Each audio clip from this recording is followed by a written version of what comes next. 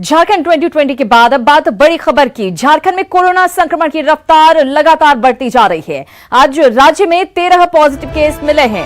इसमें से सिमडेगा में 11, जबकि गुमला और लातेहार से एक कोरोना संक्रमित मरीज मिले हैं। इसी के साथ झारखंड में कोरोना संक्रमित मरीजों की संख्या 856 तक पहुंच गई है। इधर झारखंड में तेजी से कोरोना पॉजिटिव की बढ़ती संख्या पर रिम्स निदेशक ने चिंता जाहिर की है। उन्होंने कहा कि ग्रामीण क्षेत्रों में कोरोना के मामले सामने आने से खतरा और ज्यादा बढ़ गया है। उन्होंने ये भी आशंका जताई है कि जून और जुलाई में झारखंड में कोरोना संक्रमण चरम पर रह सकता है। तो जिस तरह से कोरोना के मामले लगातार बढ़ रहे हैं, चिंता का विषय, और रिम्स के निदेशक ने इस पर चिंता जाहिर करते हुए कहा है कि जून जुलाई में कोरोना का संक्रमण चरम पर रह सकता है। खासतौर से ग्रामीण इलाकों में जिस तेजी के साथ कोरोना के मामले बढ़े हैं, वो चिंता का विषय है। तो यही है, आईसीएमआर का भी प्रेडिक्शन यही है, और आप लोगों ने पढ़ा भी होगा कि एम्स डायरेक्टर डॉक्टर गुलेरिया ने एक बयान दिया था जिसका एक आधार था। उम्मीद हम करें कि हम लोग गलत हों और केस न बढ़े। जो केस ग्रामीण क्षेत्रों में बढ़ रहे हैं वो थोड़ी सी चिंताजनक स्थिति है, और जो लेबर आ रहे हैं बाहर से उन्हीं का जांच हो रहा है और उसमें संख्या बढ़ रही है।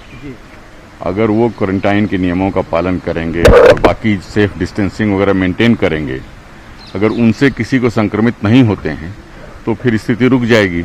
अगर संक्रमित होने की संख्या बढ़ती रही तो चिंताजनक बात होगी। तो प्रवासी मजदूर आए हैं, उसके बाद से मामले बढ़ने शुरू हुए हैं। ऐसे में बहुत जरूरी हो गया है कि निर्देशों का पालन किया जाए। इधर गुरुवार को रिम्स के न्यूरो सर्जरी विभाग में एक मरीज की इलाज के दौरान मौत हो गई। इस मामले में शहर के निजी अस्पताल मेडिका पर लापरवाही के आरोप लग रहे हैं। लापरवाही बड़ी है, लिहाजा रांची सिविल सर्जन ने मेडिका अस्पताल को नोटिस जारी किया है।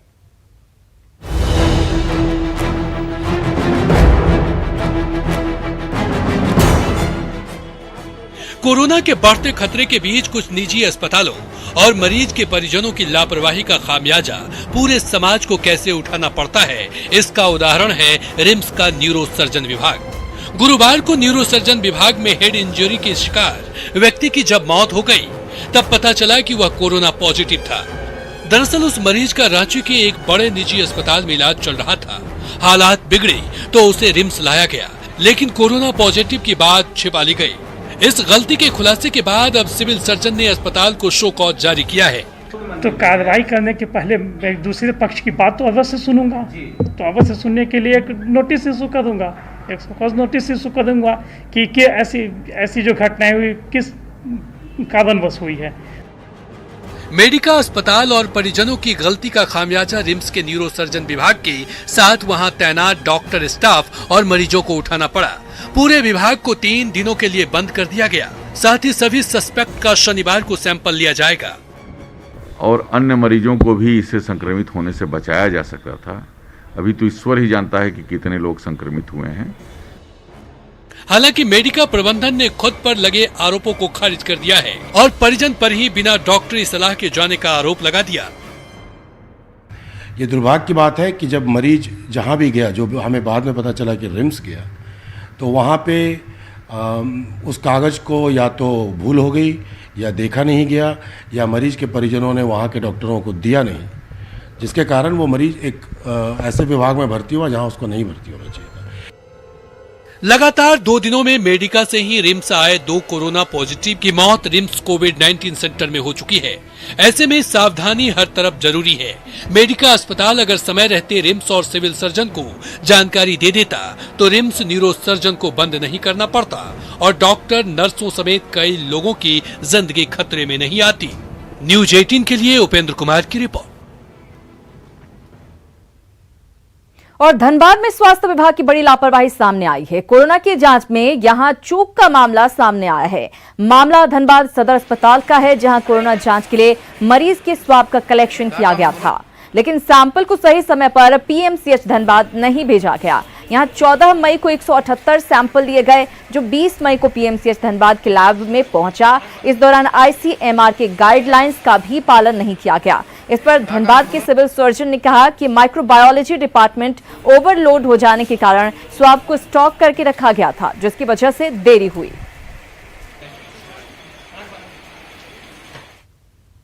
सोशल डिस्टेंसिंग एक तरफ, कोरोना माई एक तरफ। वो इसलिए क्योंकि झारखंड के कई जिलों में कोरोना वायरस या बीमारी नहीं बल्कि कोरोना माई है। अंधविश्वास से ग्रसित लोगों की तस्वीर देखिए और उनकी दलील सुनिए।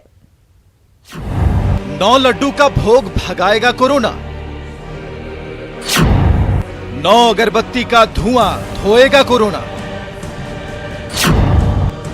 9 लौंग का असर, कोरोना होगा बेअसर। बिल्कुल सही सुन रहे हैं और बिल्कुल सही देख रहे हैं। साहिबगंज की महिलाओं का विश्वास अंधविश्वास पर हो गया है। इतना पक्का विश्वास कि गंगा घाट पर कोरोना माई की पूजा हो रही है, लड्डू और लौंग का भोग लग रहा है। कोरोना कोरोना के मने कोरोना होखल बना तो ओकरे मने कि घटे ये कहाँ से जानकारी मिली कोरोना माई की? हम लोग मोबाइल में देख ले सब बच्चा सब। अंधविश्वास की गाड़ी जमशेदपुर में भी दिखी, जहां जागरूक महिलाएं अंधविश्वास पर विश्वास करती दिखी। सोशल डिस्टेंस का पालन करते हुए कोरोना माई को मिष्टान का भोग लगाया गया। माँ कोरोना का पूजा करें कि इस महामारी से हम लोग बचें। इसमें सभी लेडीज मिल के हम लोग अपने हर चीज़ को पालन करते हुए हम लोग चाह रहे हैं कि माँ का पूजा करें। धनबाद में भी कोरोना माई को पूजने की होड़ मची रही। यहाँ भी लड्डू और लौंग का प्रसाद चढ़ाकर कोरोना को उतारने का प्रयास जारी रहा। मनगढ़ंत कहानी और मोबाइल पर फैले अफवाह को सही मान महिलाएं निकल पड़ी अंधविश्वास पूजने। वीडियो वायरल हुआ है क्या? वही देखे हैं क्या? हाँ, हैं? क्या देखे हैं वीडियो में? क्या बोला? वीडियो में देखे हैं कि सब पूजा कर रहा है कि कोरोना वायरस भाग जाएगा। वाह रे कोरोना माई वाह, केवल 9 लड्डू की ही भूख थी। बोलकर देखती तो एक बार, किलो और मन से बात आगे चली जाती, लेकिन नहीं। अंधविश्वास की लहर ऐसी है कि जागरूकता आज बेईमानी की दहलीज पर खड़ी तमाशा देख रही है। बचिए ऐसे ढकोसलों से। न्यूज़ 18 के लिए साहिबगंज से निशांत, जमशेदपुर से रंजीत और धनबाद से दिलीप। तो अंधविश्वास से बचने की जरूरत है हम सभी को, आपको भी। चलिए अब एक अच्छी खबर की बात कर लेते हैं। प्रधानमंत्री के निजी सचिव राजीव टोपनो वर्ल्ड बैंक के कार्यकारी निदेशक के सलाहकार नियुक्त किए गए हैं। इस बड़ी उपलब्धि पर राजीव टोपनो के माता पिता काफी खुश हैं। राजीव टोपनो के माता पिता रांची के कांटाटोली इलाके में रहते हैं। उन्होंने कहा कि उनके बेटे को वर्ल्ड बैंक में एक बड़ी जिम्मेदारी मिली है और वो चाहते हैं कि उनका बेटा देश का नाम रोशन करे। खुशी तो हो रही है, बहुत खुशी हो रही है कि आगे बढ़ता जाए और भी और देश के लिए काम करता है। बस यही हम चाहते हैं। बेटा उन्नति करके जा रहा है, वो मेहनत करके और ईश्वर की कृपा लेकर के आगे बढ़ रहा है। उम्मीद करते हैं जिस पोस्ट में वो जा रहा है अच्छा रिजल्ट देकर के आएंगे। और अब आपको बताते हैं कौन है झारखंड की शान राजीव टोपनो। राजीव टोपनो प्रधानमंत्री मोदी के निजी सचिव और सीनियर नौकरशाह हैं, जिन्होंने प्रदेश का मान बढ़ाया है। इनकी नियुक्ति वर्ल्ड बैंक के कार्यकारी निदेशक के सीनियर सलाहकार के तौर पर हुई है। वे 3 साल के लिए इस पद पर रहेंगे। 2014 में प्रधानमंत्री मोदी ने राजीव टोपनो को निजी सचिव के रूप में नियुक्त किया था। 2009 में वे बतौर उप सचिव पीएमओ में ज्वाइन हुए थे। राजीव टोपनो 1996 बैच के गुजरात कैडर के आईएएस अधिकारी हैं। उनके पिता डी टोपनो रेलवे में क्लास 1 के अधिकारी रहे हैं और राजीव टोपनो की शिक्षा दीक्षा कोलकाता में हुई है। तो ये हैं राजीव टोपनो, जो अब विश्व स्तर पर झारखंड का मान बढ़ा रहे हैं।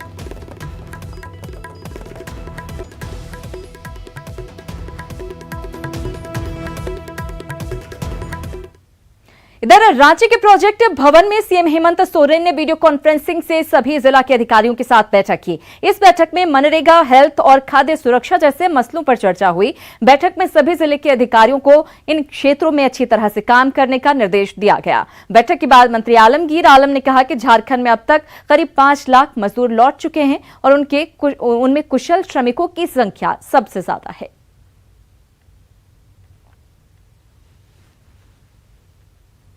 चतरा के सिमरिया प्रखंड से सटे पुंडरा गांव में एक अस्पताल है जिसे बनवाने में 15 लाख की लागत आई, लेकिन दुखद ये है कि 24 साल से ये अस्पताल शुरू तक नहीं हो पाया है।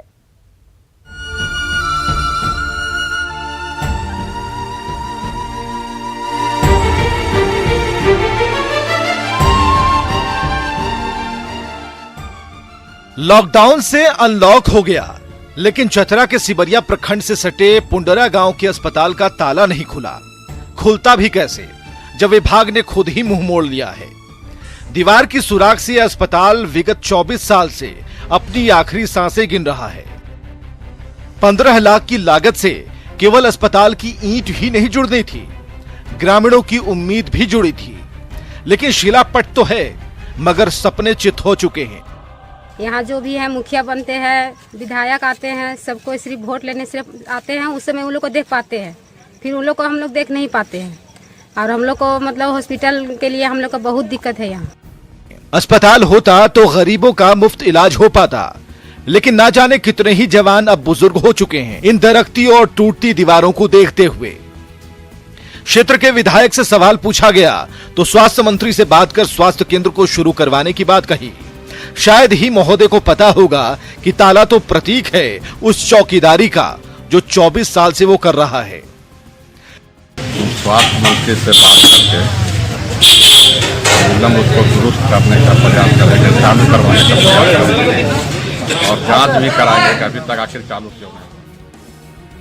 अस्पताल दूर है, इलाज भी हो जाता है, लेकिन पास वाला होता तो परेशानी नहीं होती। 24 साल में लगभग 4 सरकारों तक आवाज गई होगी, लेकिन मजाल है कि किसी ने भी इस समस्या से सरोकार भी रखा होगा। जरूरत है इन ग्रामीणों की मांग पर विचार करने की। सूर्यकांत कमल, न्यूज़ 18, चतरा। इधर घाटशिला में चाकुलिया प्रखंड के मुढ़ाल गांव में 10 हाथियों के झुंड ने आतंक मचा रखा है। पिछले 5 दिनों से 4 बच्चों के साथ 10 हाथियों के झुंड गांव के पास जंगल में डेरा जमाए हुए हैं। दिन में ही हाथियों के झुंड के गांव में घुसने से लोगों में हड़कंप मच गया। देख सकते हैं तस्वीरें, हाथियों को लोगों ने अपने स्तर से खदेड़ने की पूरी कोशिश की। इस दौरान वन विभाग को खबर भी की गई, लेकिन वन विभाग के कर्मी एक बार आए और आकर चले गए। इस बीच ग्रामीणों ने खबर दी है कि एक और 22 हाथियों का झुंड भी आकर इन 10 हाथियों से मिल गया है, जिससे गांव के लोग डरे सहमे नजर आ रहे हैं।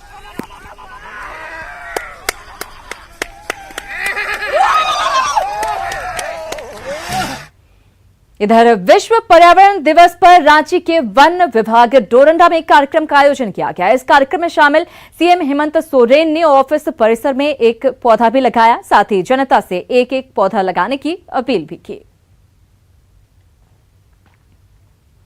कि हम सब लोगों को पर्यावरण के प्रति अपनी जिम्मेवारी निभानी पड़ेगी, तभी आने वाले समय में हम खुद और हमारी आने वाली पीढ़ी सुरक्षित बचेगी। बायोडायवर्सिटी का परिकल्पना भी हमारा है और हम चाहते हैं कि जितना हरा भरा हमारा आस पड़ोस का क्षेत्र रहेगा, और हम चाहेंगे कि यहाँ जितना पत्रकार मित्र हैं यहाँ आए हुए, आप सब लोग भी इस संकल्प के साथ इस प्रांगण से एक एक पौधा लेके जाएं और अपने अपने परिसरों में लगाएं। ये मुझे खुशी होगी कि आप खबरों का ही आदान प्रदान नहीं, बल्कि पर्यावरण संरक्षण में भी अपनी योगदान दें, ये मेरा आग्रह होगा। और इसी के साथ इस बुलेटिन में फिलहाल इतना ही, लेकिन न्यूज़ 18 बिहार झारखंड पर खबरों का सिलसिला लगातार जारी।